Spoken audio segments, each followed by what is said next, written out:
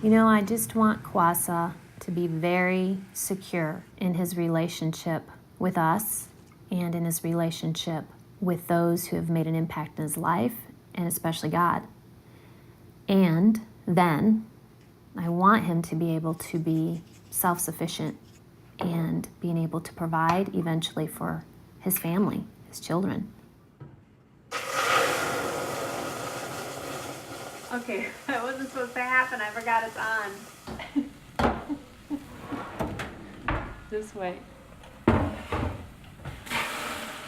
Despite their horrific tragedies, the potential I often see is even greater than many of the people I know that are from, around here that are in the same age group. Because certainly I can only impact a few or whatever, but if more people are willing, that country is gonna drastically change around. And it already has. I just want to eat meatballs. You're over there and you're not just gonna eat meatballs. Don't eat yet either, you wait for all of us. Who would like to say the blessing? Me. Stella, you do it this time. Good. Thank you, Jesus, for this food. Thank you for this wonderful day.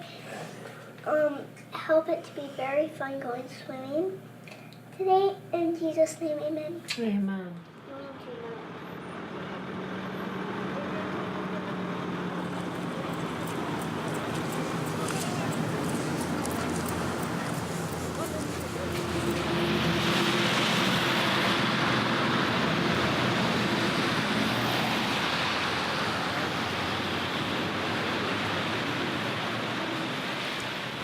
Kwasa nyine kuri uwo munsi bamufungaho yagiye mu kabari asanga abantu bari kunywa nawe yaka icyo kunywa nta mafaranga afite.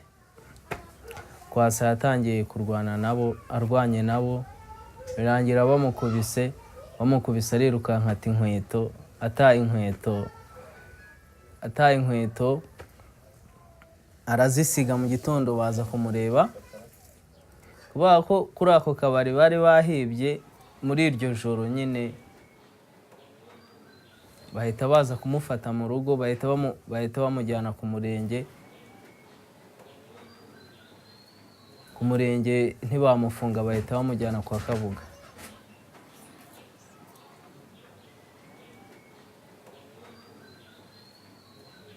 Yasi icyo kunywa nta mafaranga afite ubwo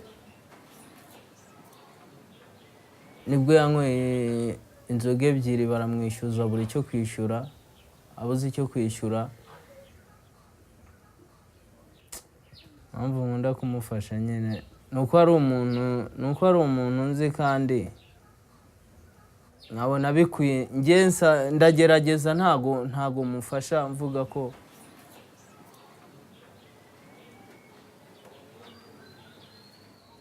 ntangire bushya. Nta makuru ndi bubahe Imana y'ukuntu Kwasa yavuye muri gereza. Ahubwo se nta kindi kintu dushaka kuganira kitari iyo story.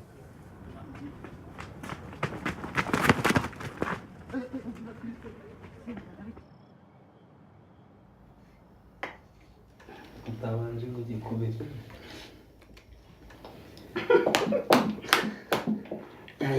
Pia muraridangera iki kintu ko kizaneza abantu.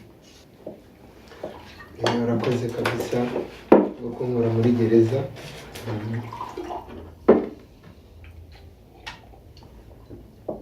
Bahagera bakabaha abantu babo ariko ngiye nta muntu wigeze uza kumvugana cyangwa kunsaba ngo bamume uretse wowe na Tanazi.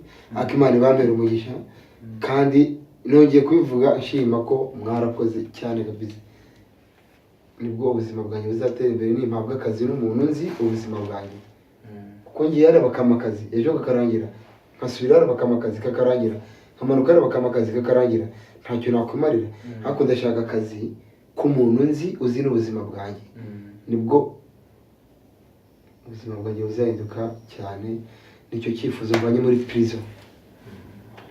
Ako ni byiza ko bageze hanze nawe uzikosora ubutaha ntazagira wongera kugufata. ararikubita buriya n'urwo baba bajijisha akumva gake ukagira amayindi ugatekereza ejo hazaza. ese uba ushaka kurinywa nawe oya because my struggle nako kubera ubuzima naciyemo yewe nk'iyo nkamwe nkiryamira izanjye zirahinduka nkumva mfite imbaraga. nta kibazo bwawe mani narahindutse fisi we uhamura ndaje werekeze shaho abantu babankamera kutavuze ngo kenshi bikora tugaragaraye.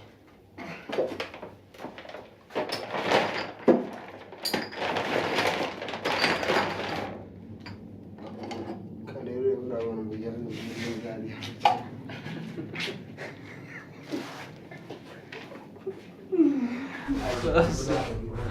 rwose